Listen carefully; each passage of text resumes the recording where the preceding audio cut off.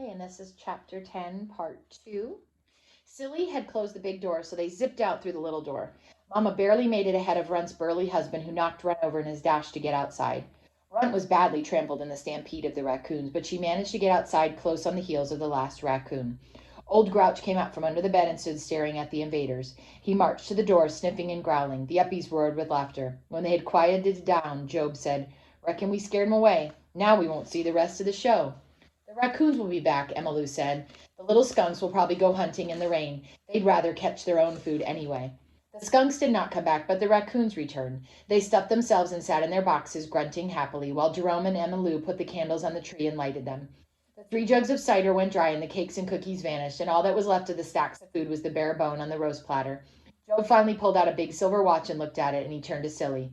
15 to 9, Silly, he said. All of the Eppies stood up. They put their plates and cups and dishes into the baskets, and the boys picked them up, and they grinned at Jerome. They liked his cabin. They liked him. But they weren't much on talking, so they didn't tell him they had had a good time. Silly made up for them. She said, "It has been a nice party. You'll have to come down and have dinner with us someday." They all filed out, leaving Emmylou for a final word with Jerome. She seemed a bit worried. "Did you like it? Honest?" She fished a holly-wrapped box from her pocket. "Here's a Christmas present I made for you," and she shoved it into his hands and then ducked out fast. Jerome stood in the doorway watching her dash into the rainy night after the family. Flashlights bobbed as the Eppies headed down the trail toward home.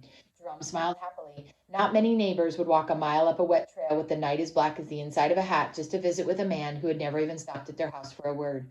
And to pack all that food up with them, Emmylou certainly had a way of getting what she wanted done. Outside, the wind began moaning around the eaves, and it drove the rain against the window in sheets. Jerome began to smile. It was good to hear the wind and to listen to the slashing rain after weeks of silent dripping. He got up and put 2 more logs on the fire, then he snuffed the candles on the tree. Settling himself before the fire, he lighted his pipe. In a very short time, Jerome had his storm. It roared in from the Pacific, tearing at the limbs of his giant tree. Jerome wasn't worried. There had never been a storm which could move the great tree. Then the big tree began to sway just a little, moving back and forth. He felt the floor move, and a board buckled and cracked. He caught himself wishing the wind would let up a little. He had read a pamphlet on redwoods, and the writer had said that the only power able to fell a giant redwood, aside from the axes and saws of lumbermen, was wind. Sometimes hurricanes blew the giants down. Jerome's tree was more than 200 feet high. At 100 feet from the ground, it was 18 feet in circumference. Such a giant was wary of a hurricane strength. It was a challenge. The storm tore at the tree, and the tree moved, and the roof began to leak where he had joined it to the tree. Sparks and soot and bits of burning wood sucked up the chimney as the wind pulled the air out of the house, taking even the heat up the chimney. Jerome sat by the fire and watched the bark wall of his house. If the tree fell, it would smash his house. He was sure of this because of the direction of the wind. It would smash him too. He ought to leave and make his way down to the Eppy place. Jerome listened to the great tree. It was not moaning. It was roaring at the storm in a lusty voice. He leaned back. The giant had been defying storms for 1,000, possibly for 2,000 years.